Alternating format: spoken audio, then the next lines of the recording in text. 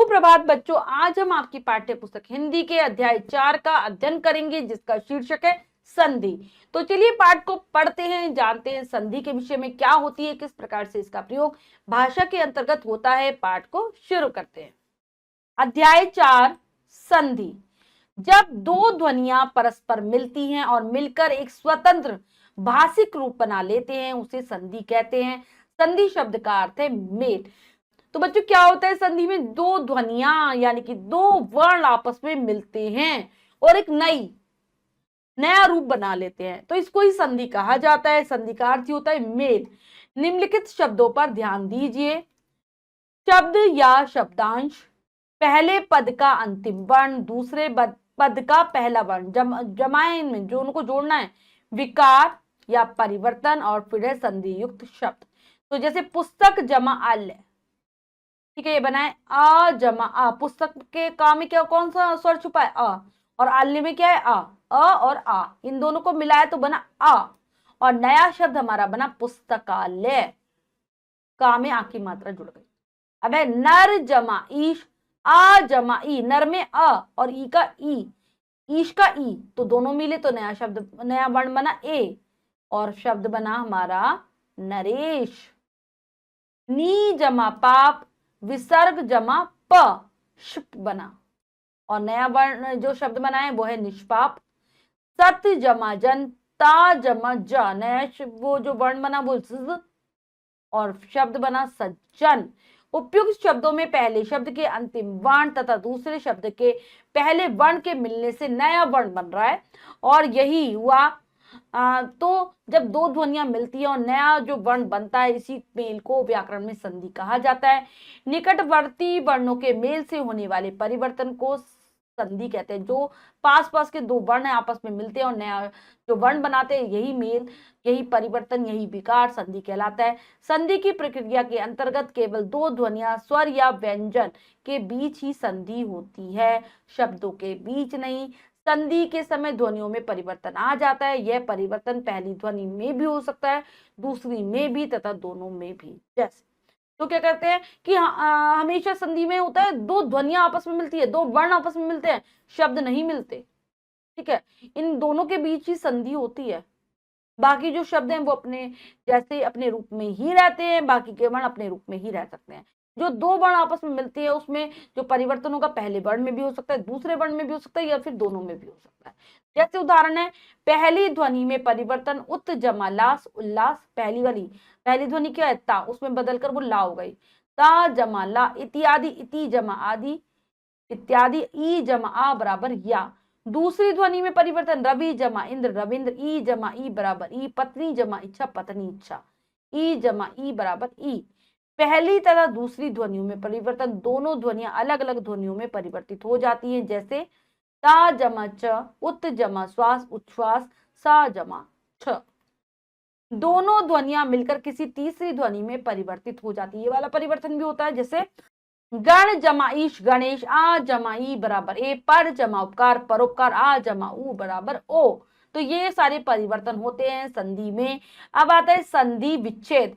संधि के नियमों के अनुसार मिले हुए वर्णों को यदि अलग अलग कर दिया जाए तो यह प्रक्रिया संधि विच्छेद कहलाती है। यानी कि जो हमने वर्णों को जो मिलाया है उसको नियम के हिसाब से ही अलग कर दो तो संधि विच्छेद हो जाएगा। जैसे पुस्तकालय का संधि विच्छेद होगा पुस्तक जमा आलय। संधि का महत्व। संधि करने में संधि विच्छेद की क्रिया का ज्ञान होने पर बड़े व जटिल शब्दों के अर्थ समझने में सहायता मिलती है। मतलब जो बहुत बड़े शब्द होते हैं, अगर हम संधि करना और विच्छेद करना सीख जाते तो हमें उसका अर्थ समझने में मदद मिलती है। अब आता है संधि के भेद। हिंदी में 3 प्रकार की संधियां होती है: स्वर संधि, व्यंजन संधि और विसर्ग संधि।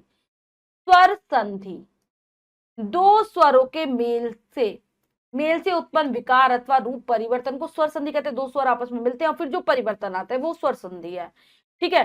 पहले शब्द का अंतिम वर्ण, दूसरे शब्द का अंतिम वर्ण, दोनों ही स्वर होते हैं और आपस में मिलते हैं और ये परस्पर मिलकर नया रूप धारण करते हैं। जैसे राजा जमा ईश, आ जमा ई बराबर ए राजेश। स्वर संधि के निम्नलिखित 5 उपभेद होते हैं। कौन कौन से? दीर्घ संधि, गुण संधि, वृद्धि संधि, यण संधि और अयाति संधि। फिर आता है व्यंजन संधि। जब परस्पर मिलने वाले दो शब्दों में पहले शब्द के अंत में कोई व्यंजन हो और दूसरे शब्द के प्रारंभ में स्वर हो या व्यंजन हो, तो उनके मेल से जो विकार आता है, परिवर्तन आता है, वो व्यंजन संधि है। फिर आए विसर्ग संधि, परस्पर मिलने वाले दोनों शब्दों में से पहले शब्द के अंत में विसर्ग और दूसरे शब्द के प्रारंभ में स्वर भी हो सकता है, व्यंजन भी हो सकता है। जो परिवर्तन होगा, विकार होगा, वह विसर्ग संधि कहलाएगा। संधि के सामान्य नियम, सबसे पहले स्वर संधि के उपभेदों के सामान्य नियम निम्न प्रकार है। स्वर संधि के नियम, तो इसकी जो पहली संधि है दीर्घ संधि, उसका क्या नियम है?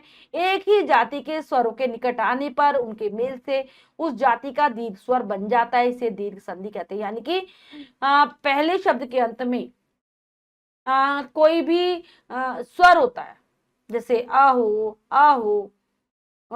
ई हो, ऊ हो, ऊ हो और री हो, उनके जैसा ही अगर कोई स्वर उनके सामने आ जाता है, या क्या क्या कह रहे हैं कि पहले मतलब एक ही जाति के स्वरों के निकट आने पर, यानी कि पहले शब्द के अंत में अ है, दूसरे शब्द के प्रारंभ में भी आ जाए, तो दोनों के मिलने से जो नया वर्ण बनेगा वो दीर्घ बनेगा, उसी जाति का दीर्घ।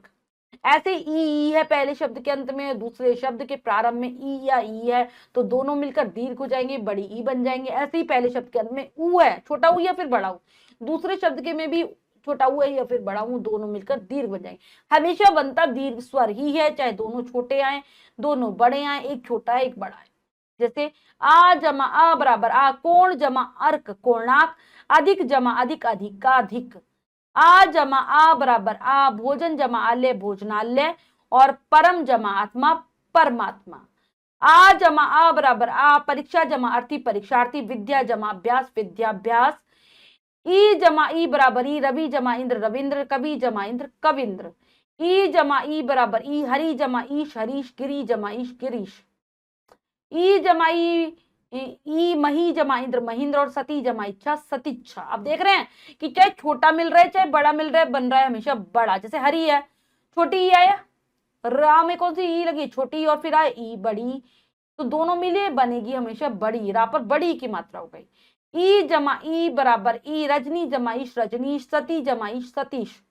ऊ जमा ऊ बराबर ऊ, भानु जमा उदय भानुदय, सू जमा उक्ति सूक्ति। ऊ जमा ऊ बराबर ऊ, लघु जमा उर्मी लघुर्मी, सिंधु जमा उर्मी सिंधुर्मी। ऊ जमा ऊ बराबर ऊ, वधु जमा उत्सव वधुत्सव। ऊ जमा ऊ बराबर ऊ, भू जमा ऊर्जा भूर्जा। ये थी हमारी दीर्घ संधि, क्योंकि इसमें बड़ा स्वर बनता है, दीर्घ स्वर ही बन जाता है दोनों स्वर मिलकर। अब आती है गुण संधि।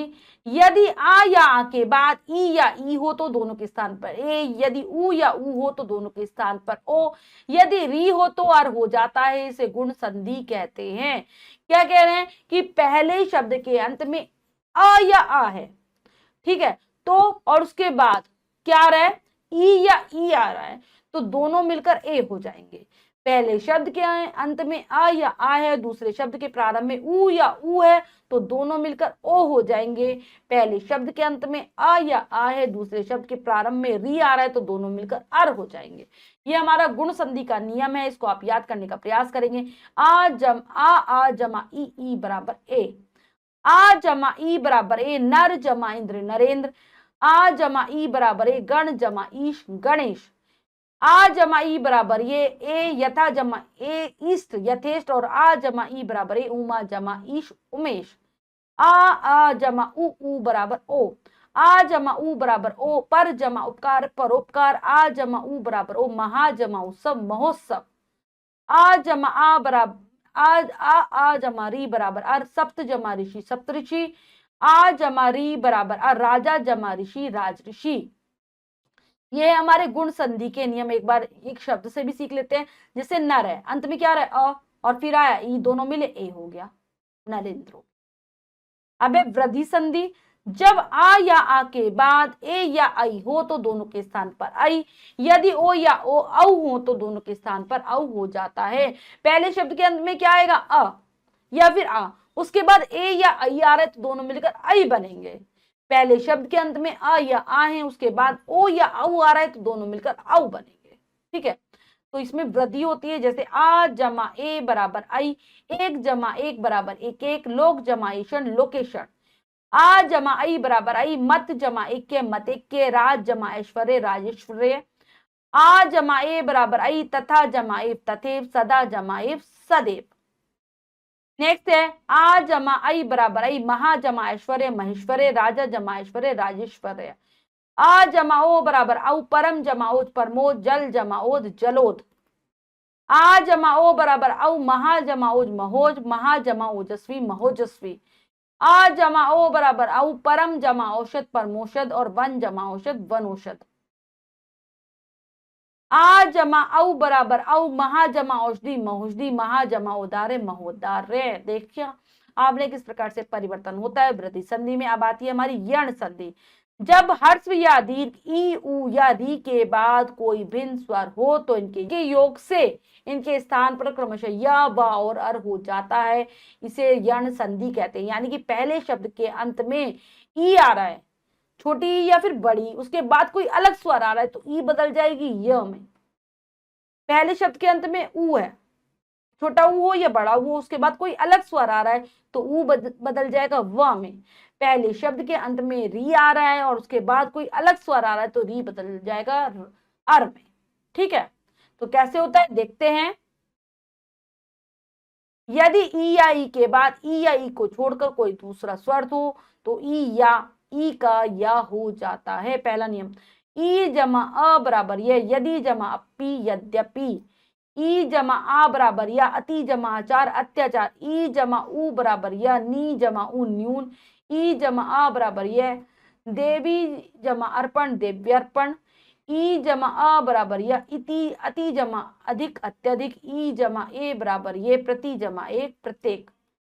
ई जमा उ बराबर यू, अति जमा उत्तम अत्युत्तम। और ई जमा आ बराबर या, इति जमा आदि इत्यादि।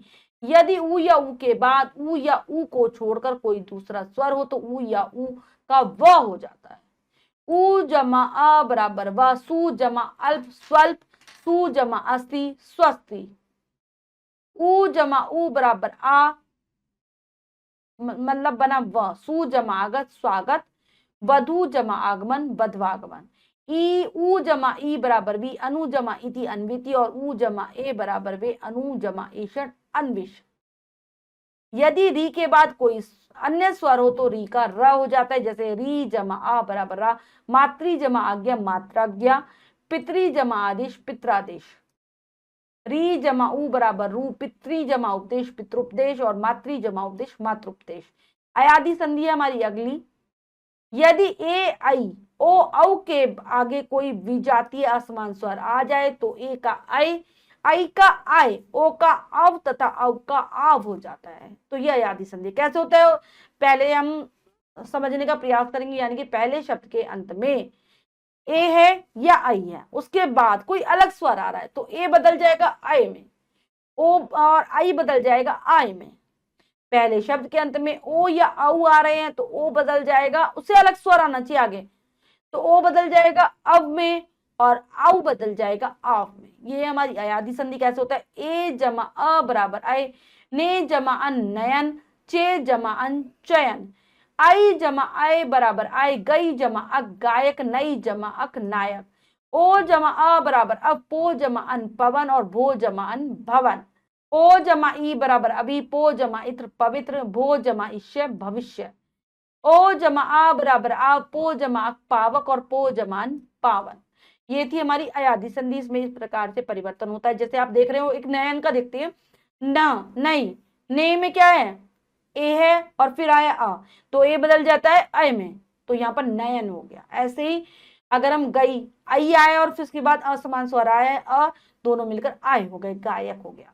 अब आती है व्यंजन संधि। व्यंजन संधि के भेद निम्नलिखित हैं।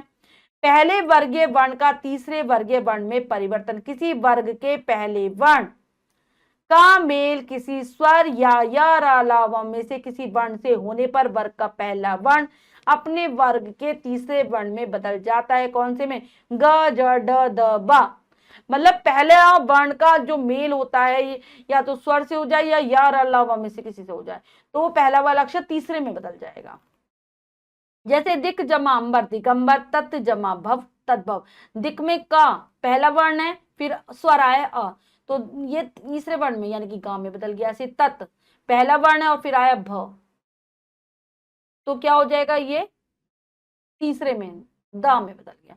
ऐसी जगत जमा ईश जगदीश, भगवत जमा गीता भगवत गीता, सत जमाचार सदाचार और सत जमा गति सदगति, दिक जमा गज दिग्गज और बाक जमा ईश बागीश। किस वर्ग के पहले वर्ण का पांचवें वर्ण में परिवर्तन। यदि किसी वर्ग के पहले वर्ण का मेल किसी वर्ग के पांचवें वर्ण से हो तो क च ट त प अपने वर्ग के पांचवें वर्ण में बदल जाते। पहले वर्ण के बाद पहले वर्ण का कोई भी वर्ण आ रहा है पहला और फिर पांचवा आ रहा है तो पांचवें में बदल जाएंगे। जैसे वाक जमा में वाग्मय, षट जमा मास षणमास, जगत जमा नाथ जगन्नाथ और अप जमा में अम्य, उत जमा मत उन्मत और चित्त उत जमा मत उन्मत और चित्त जमा में चिन्मय। ता के संबंध में विशेष नियम। ता के बाद कोई स्वर या ग घ द द ब भ म र या व वर्ण हो तो ता का द हो जाता है। बच्चों ये नियम तो आपको याद करने पड़ेंगे तभी आपको समझ में आएगा। सत जमा गति सदगति, तत् जमा भव तद्भव, सत्य जमा आनंद सदानंद, तत्व जमा अनुसार तदानुसार, उत जमा घाटन उद्घाटन और सत्य जमा धर्म सद्धर्म। ठीक है। यदि ता के बाद चा या छा हो तो चा तथा जा या झा हो तो जा में परिवर्तित हो जाते। इसी प्रकार ता के बाद टा या ठा होने पर ट डा, डा होने पर ड और ला होने पर ला हो जाता है। ठीक है। कैसे होगा? ता जमा च उत जमा चारण उच्चारण, ता चा में बदल गया। शरत जमा चंद्र शरचंद्र, ता जमा छा बराबर छ, सत जमा छात्र सच्छात्र, उत जमा छेद उच्छेद, ता जमा जा जिज, सत जमा जन सज्जन और उत जमा ज्वल उज्ज्वल, ता जमा टा बराबर टट, तत् जमा टीका तट्टिका और भृत जमा टीका भृट्टिका, ता जमा डा बराबर डट, उत जमा उड्डयन उड्डयन और ता जमा ला तत् जमा लीन, क्या हो जाएगा? तल्लीन। यदि ता के बाद शा हो तो ता के स्थान पर चा और शा का छा हो जाता है। उत जमा श्वास उच्छ्वास, उत जमा शिष्ट उच्छिष्ट। ता के बाद यदि हा हो तो ता का दा और हा का धा हो जाता है। उत जमा हार उद्धार, उत जमा हरण उद्धरण। बच्चों ये ध्यान से आप समझेंगे तब आपको आएगा। जैसे ता के बाद हा है तो ता तो बदल जाएगा किसमें? दा में, और जो आगे आने वाला हा है वो बदल जाएगा ध में, जैसे आप उदाहरण में देख रहे हैं। छ के संबंध में विशेष नियम। किसी स्वर के बाद यदि छ वर्ण आ जाए तो छ से पहले च जोड़ दिया जाता है। यहाँ पर परिच्छेद है तो छ से पहले क्या है? स्वर आया, ई आया ना, तो छ से पहले चा जोड़ दिया, परिच्छेद हो गया। आ जमा छादन आच्छादन, वी जमा छेद विच्छेद और अनु जमा छेद अनुच्छेद, स्व जमा छंद स्वच्छंद और संधि जमा छेद संधिच्छेद। माँ के संबंध में विशेष नियम। यदि माँ के बाद का से माँ तक कोई व्यंजन हो तो माँ उसी वर्ग के अंतिम वर्ण अंग यण मत अथवा अनुसार में बदल जाता है। जैसे परम जमा तू परंतु, ठीक है, सम जमा ध्या संध्या, सम जमा गति संगति और सम जमा बंध संबंध। माँ से परे माँ का द्वित हो जाता है, माँ के बाद फिर माँ आए तो द्वित हो जाएगा। सम जमा मति सम्मति, सम जमा मुख सम्मुख, सम जमा मोहन सम्मोहन और सम जमा मान सम्मान। यदि माँ के बाद कोई अंतस्थ या रा ला व अथवा उष्म श श स ह वर्ण हो तो माँ का अनुस्वार हो जाता है। तो सम जमा सार संसार, सम जमा वाद संवाद, सम जमा स्मरण संस्मरण और सम जमा योग संयोग। अपवाद है परंतु सम जमा राट सम्राट में अनुस्वार नहीं होता। यदि री और श के बाद ना हो तो इनके मध्य कोई स्वर या पवर का कोई वर्ण अनुस्वार या वह में से कोई वर्ण हो तो ना का ण हो जाता है। जैसे री जमा न ऋण, परी जमा नाम परिणाम, तर जमा न तरण और राम जमा अयन रामायण, भर जमा न भरण और प्र जमा मान प्रमाण। परंतु चा वर्ग प वर्ग ता वर्ग श और श आने पर ना का ण नहीं होता। दुर जमा जन दुर्जन, निर्वत्र जमा मान निर्वतमान। यदि आ से पहले आ से भिन्न कोई स्वर आ जाए तो श का स हो जाता है। तो आ से अलग कोई वी जमा शम विषम और नी जमा सिद्ध निषिद्ध, अभी जमा शेख अभिषेक और सु जमा सुक्ति सुषुप्ति। अब आती है हमारी विसर्ग संधि। विसर्ग संधि के नियम निम्न प्रकार होते हैं। विसर्ग से पहले कोई स्वर हो तथा विसर्ग के बाद च या छ होने पर श हो जाता है। विसर्ग के बाद टा या ठा होने पर श हो जाता है और तथा विसर्ग के बाद ता था होने पर श हो जाता है। नी जमा च निश्चय, नी जमा टुर निष्ठुर, नी जमा तेज निस्तेज, नी जमा छल निश्चल, दू जमा चरित दुश्चरित, धनु जमा टंकार धनुष टंकार। विसर्ग के बाद यदि श या स हो तो विसर्ग जो का त्यों बना रहता है, उसकी जगह क्रमशः श श स हो जाता है। ठीक है, विसर्ग बना रहेगा और ये बदल जाएंगे, जैसे नी जमा संदेह निसंदेह या निसंदेह, दू जमा शासन दुशासन या दुशासन, नी जमा संकोच नी संकोच या निसंकोच, नी जमा संतान नी संतान या निसंतान, दोनों ही सही। विसर्ग से पूर्व यदि आ हो और बाद में आ या किसी वर्ग का तीसरा चौथा पांचवा वर्ण या रा ला व ह में से कोई वर्ण हो तो विसर्ग का ओ हो जाता है। मनहा जमा बल मनोबल, यशा जमा दा यशोदा, मनहा जमा विकार मनोविकार, तपह जमा वन तपोवन, मनहा जमा हर मनोहर, मनहा जमा अनुकूल मनोनुकूल, रजा जमा गुण रजोगुण और तमहा जमा गुण तमोगुण। विसर्ग से पहले आ से भिन्न कोई स्वर हो और बाद में कोई स्वर किसी वर्ग का तीसरा चौथा पांचवा वर्ण या र ल व ह में से कोई वर्ण हो तो विसर्ग का रा हो जाता है। दू जमा उपयोग दुरुपयोग, नी जमा जन निर्जन, नी जमा भय निर्भय, नी जमा बल निर्बल, नी जमा अर्थक निरर्थक, नी जमा उत्तर निरुत्तर, नी जमा आहार निराहार, पुनः जमा जन्म पुनर्जन्म, दू जमा बुद्धि दुर्बुद्धि, नी जमा आशा निराशा, दू जमा आचार दुराचार और आशी जमा वाद, क्या हो जाता है आशीर्वाद, बहिर बही जमा मुख बहिर्मुख और अंत्य जमा गत अंतर्गत। विसर्ग से पहले आ या आ हो और विसर्ग के बाद कोई भिन्न स्वर हो तो विसर्ग का लोप हो जाता है, अतः जमा एव अतएव। यदि विसर्ग से पहले आ को छोड़कर अन्य कोई अन्य स्वर हो तथा विसर्ग के बाद रा हो तो विसर्ग का लोप हो जाता है और उसके पहले का हर्ष स्वर दीर्घ हो जाता है। नी जमा रस नीरस, नी जमा रज नीरज और नी जमा रव नीरव। कुछ शब्दों में विसर्ग का सा हो जाता है, जैसे नमा जमा कार नमस्कार, पुरा जमा काल पुरस्कार, भा जमा कर भास्कर। यदि विसर्ग से पहले अ हो और विसर्ग के बाद का या पा हो तो विसर्ग में परिवर्तन नहीं होता, जैसे प्रातः जमा काल प्रातः काल, अधा जमा पतन अधा पतन। हिंदी भाषा के विशेष संधियां, स्वर का हर्ष होना हर्ष संधि, काठ जमा पुतली कठपुतली, काला जमा मुंह कलमुहा, आधा जमा खिला अधखिला, फूल जमा बाड़ी फुलवाड़ी, लोटा जमा इया लुटिया और दूध जमा मुहा दूध मुहा। उभय पद हर्स्व, दूसरा पद हर्ष हो जाता है।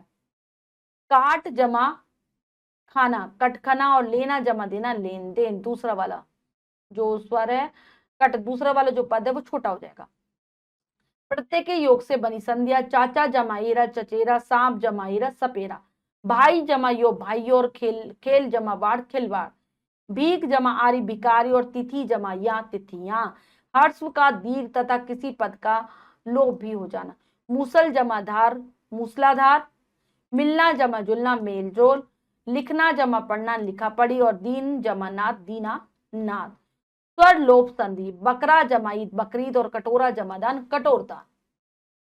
व्यंजन लोप संधि, इस जमा ही इसी, उस जमा ही उसी, बक जमा ही वही, यह जमा ही यही, सब जमा ही सभी और जब जमा ही जब ही। वहां जमा ही वहीं, कहां जमा ही कहीं, कब जमा ही कभी। बा के बाद हा होने पर बा का भा बन जाता है तथा हा का लोप हो जाता है। आगम संधि, किसी नए वर्ण का बीच में आ जाना। ले जमा आ लिया, आ जमा ए आइए, खा जमा खाया, रो जमा आ रोया और पी जमा ए पीजिए और ले जमा ए लीजिए। ये थी हमारी विभिन्न प्रकार की संधियां जिनको हमने बहुत अच्छे से समझकर पढ़ा। अब हम कर लेते हैं बच्चों अभ्यास कार्य। अभ्यास कार्य में पहला प्रश्न है अति लघु उत्तरीय प्रश्न, फिर है लघु उत्तरीय प्रश्न, फिर है दीर्घ उत्तरीय प्रश्न। ठीक है, इन तीनों प्रश्नों के उत्तर आप सुंदर अक्षरों में अपनी अभ्यास पुस्तिका में लिखेंगे। फिर है निम्नलिखित का में अंतर स्पष्ट कीजिए, इस प्रश्न का उत्तर भी आप स्वयं देने का प्रयास करेंगे। व्यंजन संधि और विसर्ग संधि में अंतर बताना है, दीर्घ संधि और गुण संधि में अंतर बताना है कि क्या अंतर होता है इन दोनों में। अब निम्नलिखित में संधि कीजिए, तो चलिए कर लेते हैं संधि। पहला है मही जमा इंद्र महेंद्र महेंद्र, ठीक है महेंद्र हो गया। फिर है सु जमा उक्ति सूक्ति, गिरी जमा ईश, गिरीश। नेक्स्ट है नर जमा इंद्र, नरेंद्र। पर जमा उपकार, परोपकार।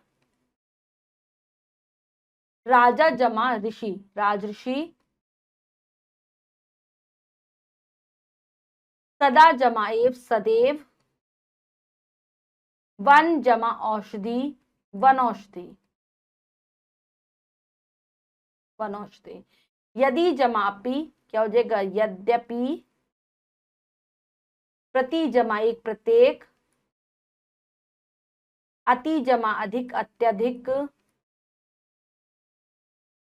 फिर सु जमा आती, क्या हो जाएगा, स्वाति। सु जमा आगत, स्वागत। भो जमा अन, भवन। पो जमा अक, पौ जमा के, पावक। ठीक है। अब निम्नलिखित में संधि विच्छेद कीजिए, अब हमें अलग करना है। शरत, सचंद्र है तो शरत जमा चंद्र। फिर है दिगंबर का दिक जमा अंबर। फिर है अंत, अंत है जमा गत। महोत्सव, महा जमा उत्सव। अगला है रजनीश, क्या हो जाएगा, रजनी, रजनी जमा ईश। फिर है दुर्जन, दू जमा जन। सतीच्छा, सती जमा इच्छा। राजेश्वर्य, राज जमा ऐश्वर्य। राज जमा ऐश्वर्य। मातृज्ञा, मातृ जमा आज्ञा। अन्वेषण, अनु, अनु जमा ईषण। ठीक है, ये हो गया हमारा। बच्चों, हमने पाठ को बहुत अच्छे से समझकर पढ़ा और अभ्यास कार्य किया। इसके अतिरिक्त जो भी कार्य है वो आप स्वयं करेंगे सुंदर अक्षरों में अपनी अभ्यास पुस्तिका में। बच्चों, आज हमने पाठ के माध्यम से संधि के विषय में विस्तार पूर्वक जाना। आशा करती हूँ यह पाठ आप बहुत अच्छे से समझ गए होंगे। पाठ को फिर से जरूर पढ़ेंगे। मिलते हैं अगली कक्षा में नए पाठ के साथ। तब तक के लिए स्वस्थ रहिए, प्रसन्न रहिए। धन्यवाद।